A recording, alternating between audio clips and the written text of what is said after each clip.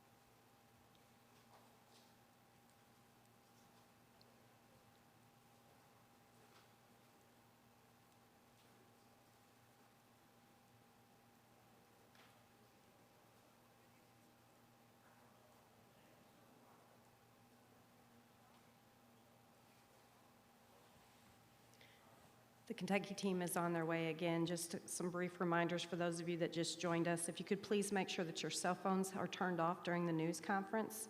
Video recording and flash photography are not permitted. And also please raise your hand and identify your name and affiliation prior to asking your question, and we'll bring you a microphone.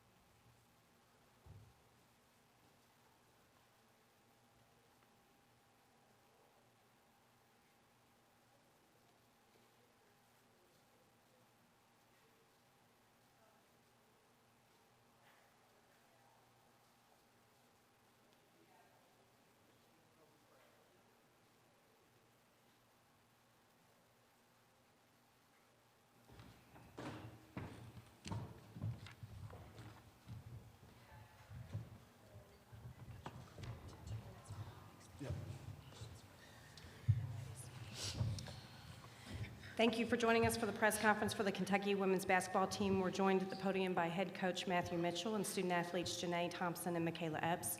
And we will begin with an opening statement from Coach Mitchell. Well, what a great game tonight for the University of Washington. Just congratulate them. They were outstanding. They were prepared and they played hard and they made tough shots and big shots, and really impressed with their performance tonight. And so we congratulate them and wish them well as they move forward. A disappointing night for us. We would have loved to have done better. We had some opportunities in the game. And so you just don't ever want it to end. You want to win the last game, and that was our goal with this team. But I just have to tell you, this is one of the greatest experiences of my coaching career, working with this group of young women who really became a team, high character people, came to practice every day and improved. And so where we started on October 1st to what we finished up tonight, the disappointment of this one game just cannot diminish how proud I am of our team. And, February 3rd, we could have gone a lot of different directions, and we chose a path to be standing in the Sweet 16. We would love to advance further, but it doesn't take away of how proud I am of our players. Really proud of Janae Thompson and the person that she's developed into and the leader she's developed into for our team. Really proud of the progress Michaela Epps made as a person. So I'm proud to be up on the podium with both of them tonight. And we are disappointed, but we are proud of our season. We will open it up with questions for our student athletes.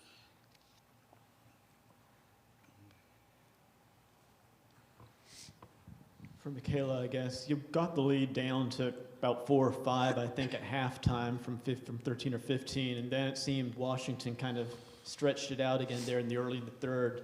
What happened that you weren't able to kind of build on that momentum early in the third quarter and continue that comeback? Like Coach said, you got to give a lot of credit to Washington. They came out and played really hard tonight. Very well coached team. Got a lot of respect for them and all their players. And, you know, it's just like Coach said yesterday in the press conference, the tougher team would win. And, you know, Washington had some moments where they out-toughed us. And, you know, it's just something we got to be able to look ourselves in the mirror and face and, you know, and just learn from it. We got a lot of people coming back, very young team. We got a lot of people coming back. Sad to lose my partner right here, Janae Thompson. But we got a lot of people that are coming back next year so we can watch this one and learn from it.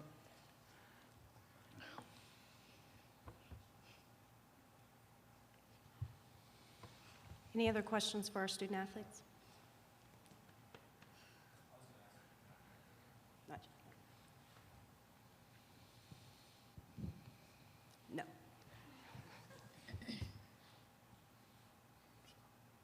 Kristen York, CameronMillsRadio.com. Janae, with this being your senior season, what can you say about this team and this season and just what it's meant to you to be a Hoop Cat? It's meant a lot to me. Seeing these girls grow and get better every day, it's been very fun. You know, I've become really close with this team, and they're like my family. They're like my sisters, you know. I'm really proud of how far we've come and how much better we've gotten. And, you know, I wouldn't rather be out here with anybody else. It's been a fun ride.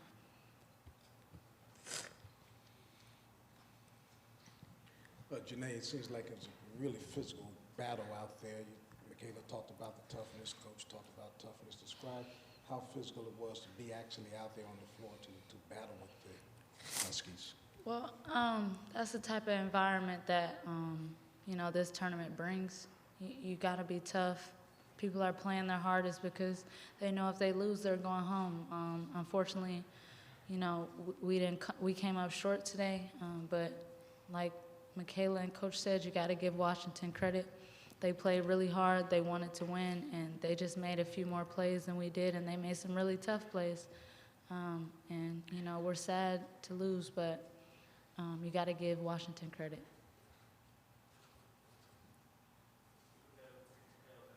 Can you talk about how tough and how much effort you put in this game? Obviously the whole team, but I mean, with it throughout the injury, putting up the numbers you did, and trying to will your team through to the Elite Eight. You know, when I got out there, I didn't think about my shoulder. I couldn't get that in the back of my head because that would be like a weak spot for me and a weak spot for Washington, and to see me, you know, stressing over my shoulder. So when the ball went up in the air, I was worried about, you know, if I had to play the game through injury, then I was going to do that for my team. You know, I came back against Oklahoma for my team.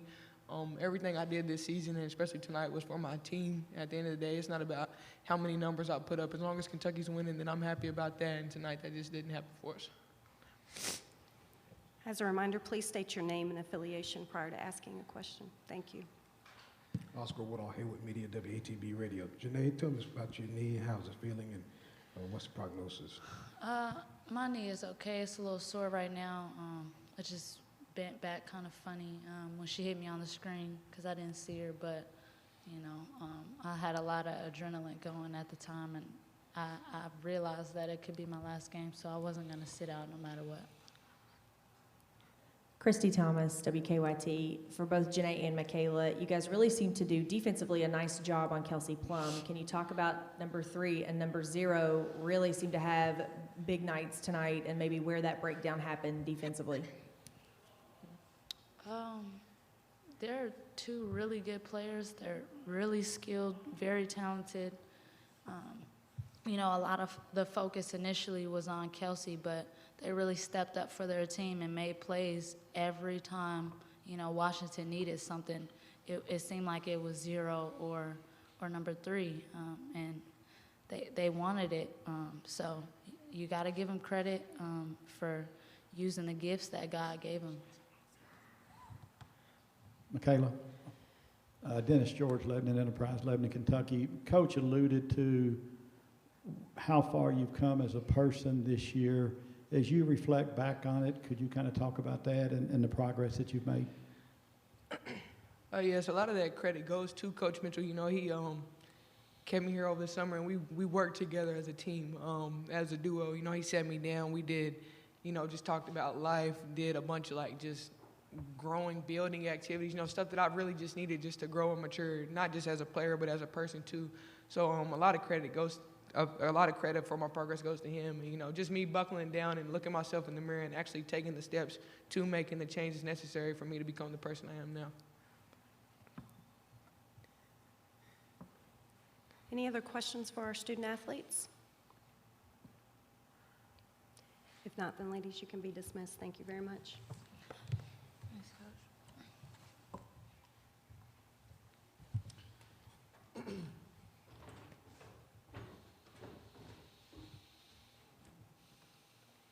And we'll open it up with questions for Coach Mitchell.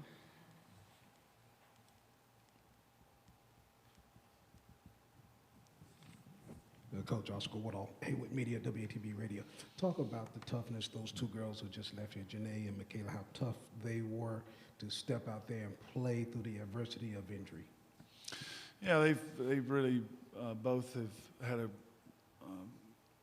fantastic year in so many ways, and the first place where they showed toughness was having the toughness to develop their character and develop as people, and it's what's made the year so enjoyable is that you know, we had a high character group this year that really showed up every day and did their best, and if they didn't, they would take correction and try to do better the next day. So they both have had a great year, and we wouldn't have been playing tonight if it hadn't been for their progress as people and leaders, and so proud of both of them.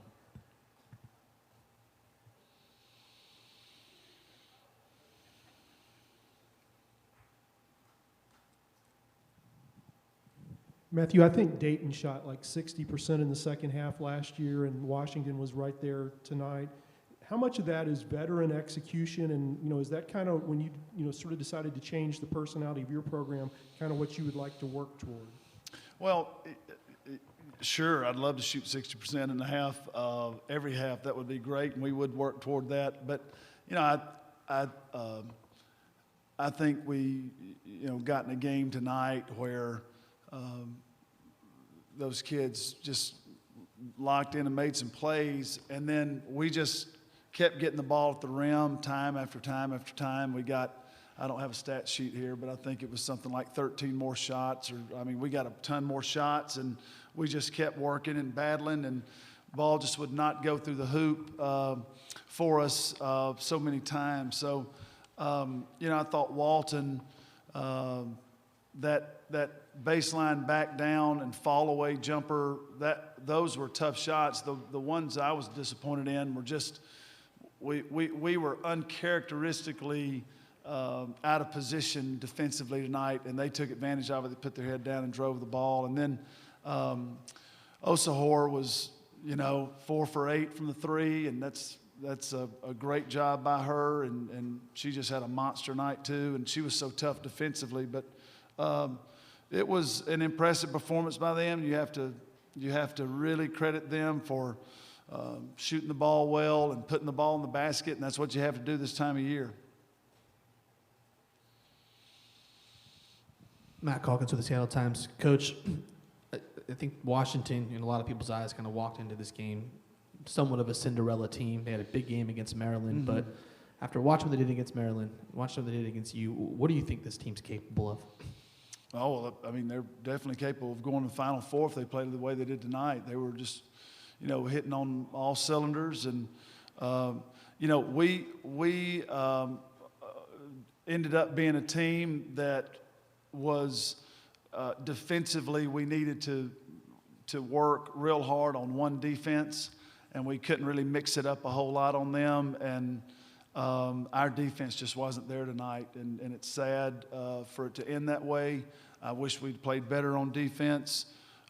Giving Washington a lot of credit, we just did not get into position to stop them. They got so many layups tonight where we've just been working on our defensive rotations, and they just weren't there tonight. So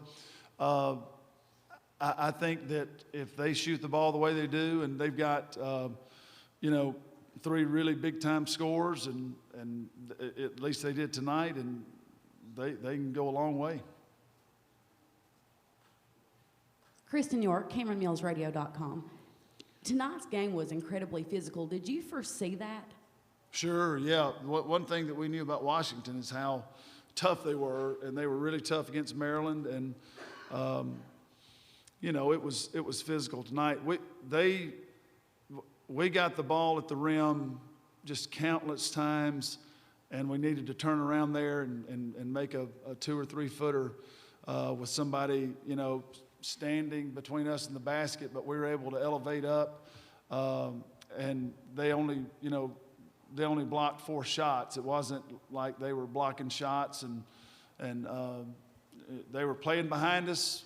We were throwing the ball 3 feet from the basket, and we just could not turn around and put the ball in the basket tonight. So it was. There were some physical moments in the game, but we could not get the ball in, and then we just did not play good enough defense to stop them. They were really, really tough tonight. Any other questions for Coach Mitchell? I just want to say we had a great crowd tonight. I really appreciate all the people in Lexington showing up. Washington is a team that certainly deserves people coming out Sunday and watching them play. And whoever wins that one out there now is going to be a great team. It's going to be a great game Sunday. And I would really be appreciative if we could show up as a community and support the game on Sunday and watch a really fine team. Whoever advances to the Final Four will be deserving. So appreciate all the hard work everybody in the community did to come out tonight and support us, and we're deeply appreciative for that and hope we have a great day on Sunday. Thank you very much. The press conference has concluded.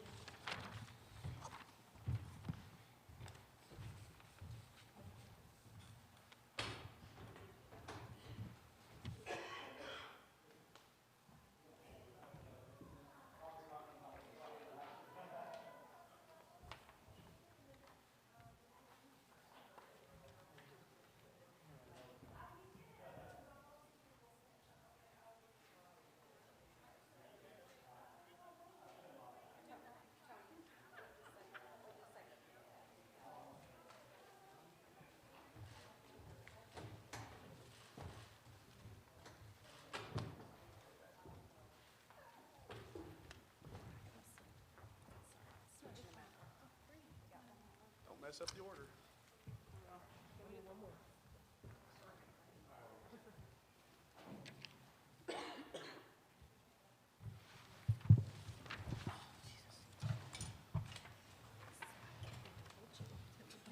They lost my name tag. That's They know you, don't worry about it.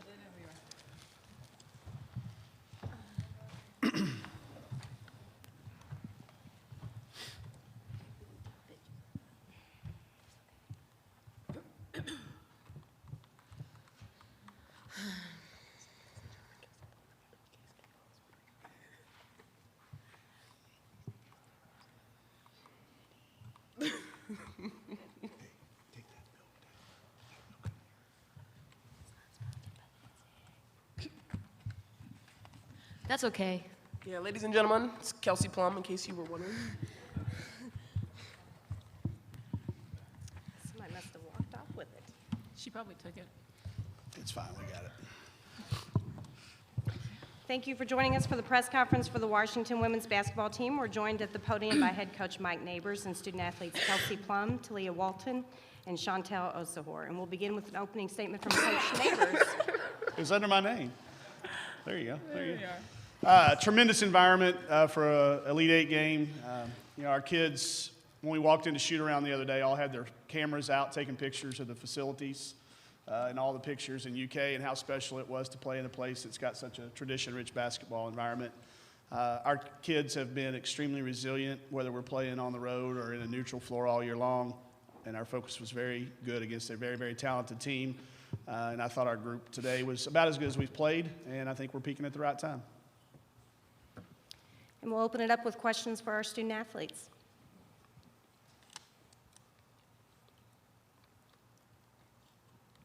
is it Talia or Talia? Talia.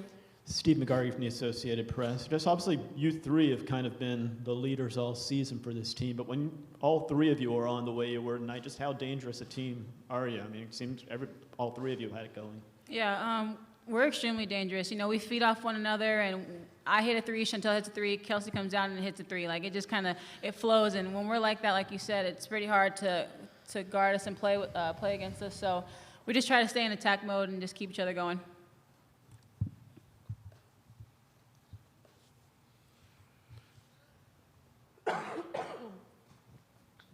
Kelsey, obviously,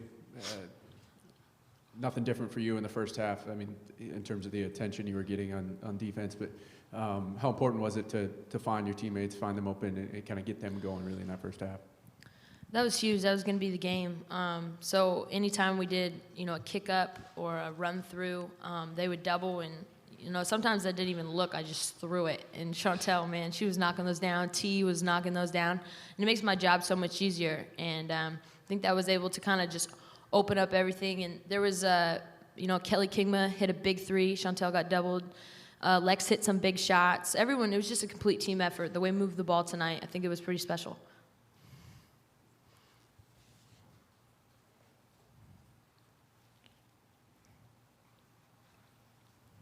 For Chantel, y'all won at Maryland. You win in front of a hostile crowd here. How do you kind of avoid getting intimidated or bothered or anything when you're playing in front of these kind of hostile crowds in these types of environments? Our motto this year has been one, and we've just stick together as one, always telling each other, just stay together through the ups and downs. There's going to be runs. There's going to be, tough times during the game, and if we just stick together regardless, it'll be okay, and that's what we did.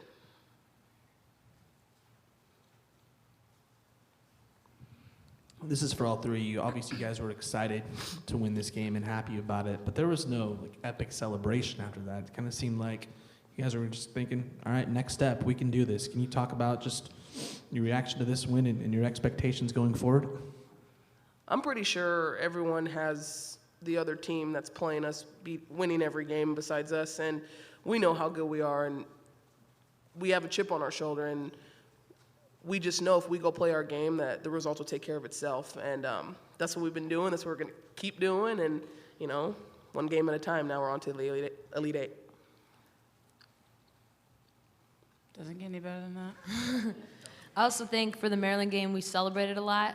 And not that it wasn't classy, but, at the end of the game, you got to shake people's hand, right? So I think for this game that we kind of were like, okay, when the clock buzzes, everyone celebrate after, but we got to shake everyone's hand because Kentucky played a great game, and we are grateful to be able to play in a Hall of Fame type arena. So I think that's just, we were trying to be classy.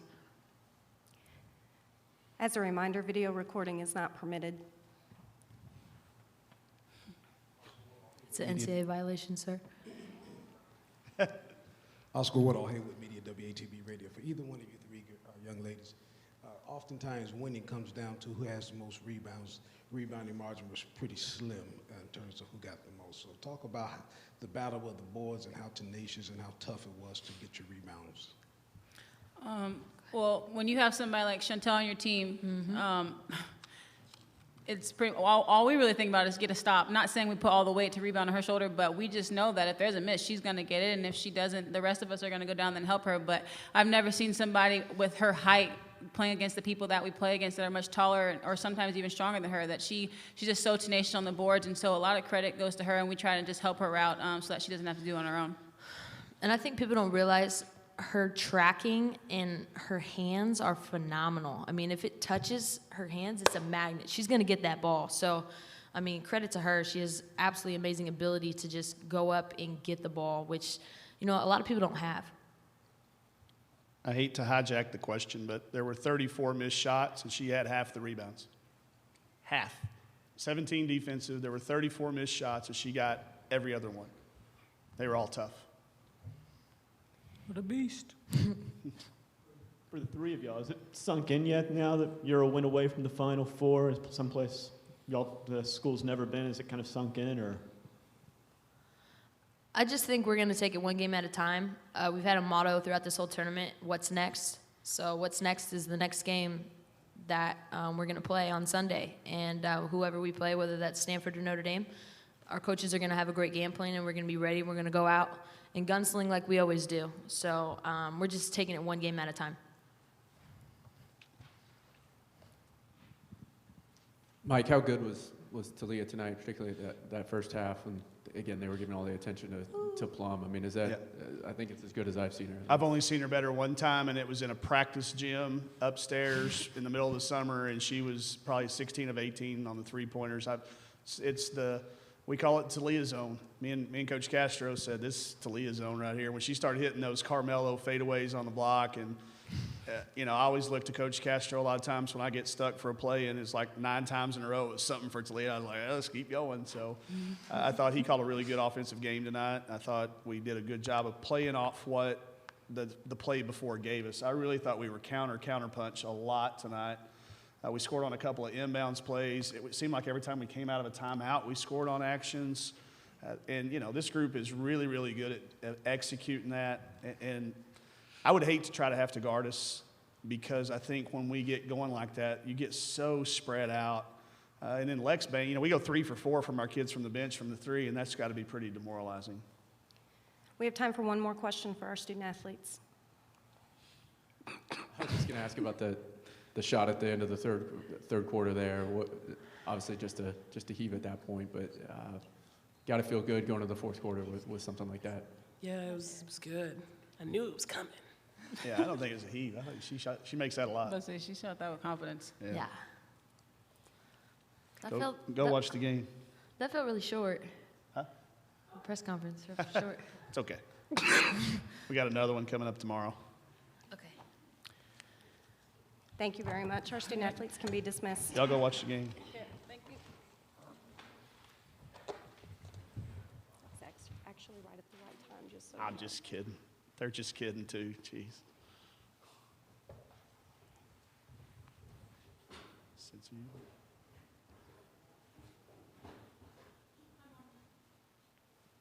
And we'll open it up with questions for our head coach. Hey, Graham. How you doing, Mike? Good. Graham Hayes, ESPN. I'm just curious, what has the journey been for Talia? Makes the move to come home, that's to kind of find her role next to Kelsey Plum, and now this. Yeah. Well, Kelsey never, I don't think, took anybody's team or role.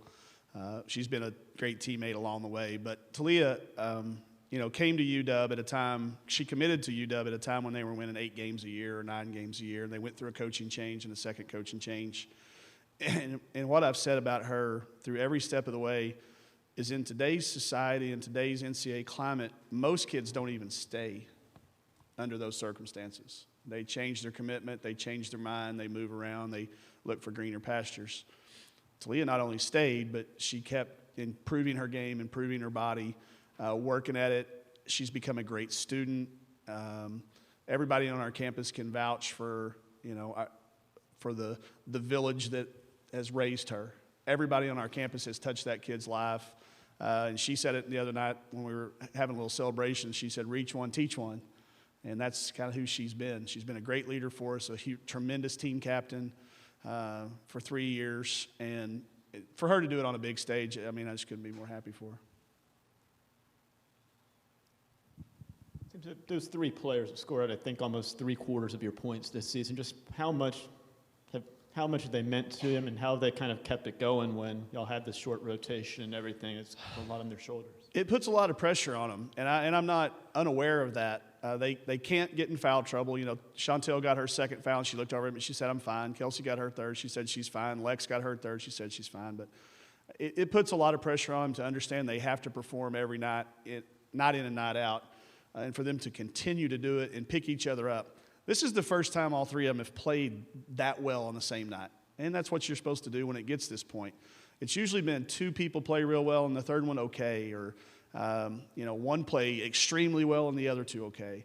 But they really have a bond, and Katie and Lex fill their roles so well that group, the reason we didn't sub is not because Kelly's not good and Deja aren't good and those kids on the bench aren't good. Would y'all sub?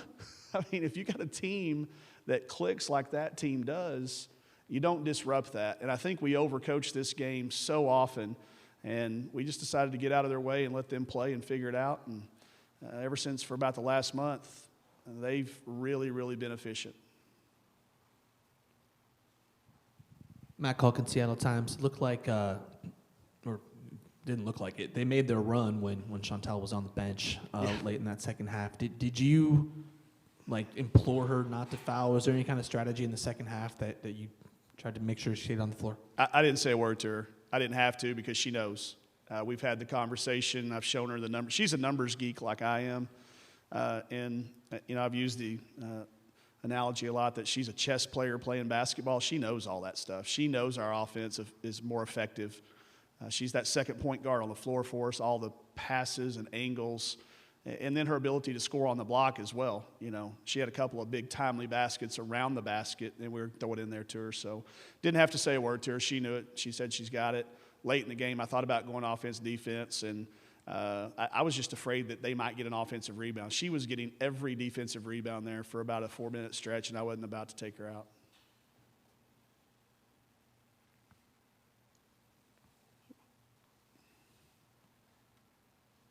Mike, is the zone for you a matter of basketball philosophy or a matter of who you have on this team? It's developed out of this team. We put it in as a change-up a couple of years ago, and we're a pack line defensive team that we were at Xavier. We brought that out. We've always been that way. And then just out of sheer playing it a lot, they got really comfortable in it. And we kind of match up a little bit out of it now. We kind of give it some different tweaks. The philosophy becomes this, that most people don't have near as many zone plays as they do man plays. And it helps us in our preparation. We don't have to prepare as long, and we know that we can't be on the floor as long. And it's become a confidence thing. I mean, if you were to ask me, I don't know how we run back in transition and get in zone. I have no clue. I mean, I've been to 1,000 clinics, and people tell you can't do it, but this group finds a way to do it. So it's them being confident in it and me trying not to overcoach. Coach, I know you guys are a 7 seed, but based on the last 3 games, this does not look like a Cinderella story by any means. You guys are going on high seeds, home floors, and crushing them. Yeah. You've mentioned before how you're built for this, but maybe you can reiterate that a little bit right now. I thought our non-conference schedule was tremendous, and the conference schedule that we had was literally brutal. We had 5 straight road games in there where we really got tested. And our league is phenomenal this year. The Pac-12, we've been saying it out there on the West Coast all year long. And I get it why everybody thinks it's not, but I've been in the Midwest, and I'm from the Midwest, and I've played in this time zone. So I'm not giving the company line when I tell you that our league was really, really good this year. And we've been able to draw upon that and say, in many conversations, does anybody think the team we're getting ready to play is any better than Oregon State? Do you think they're better than Arizona State? Do you think they're better than UCLA? And when you can get this a lot, then you know that you can go on the road with a lot of confidence and a lot of experience of winning games. We played, I think, 13 teams that are in the top 25 AP. If that doesn't prepare you for moments like this, then and that's what we're built for. We're built to be ready. We're always going to have double-figure losses, I think, because we're going to challenge ourselves. In the non-conference, we're never going to be one of those 31-1 teams, and that's what you kind of have to do to get to be a 1, 2, or 3, 4 seed. I want to do everything we can do, avoid to be an 8-9. That's our goal every year. Don't be an 8-9. Be higher than that or be lower than that, but don't be an 8-9. So I think we are built for it. I think that's the way our program's been built, and it's obviously what we're going to continue to do. Any other questions for the head coach? If not, then the press conference has been concluded. Thank you. You.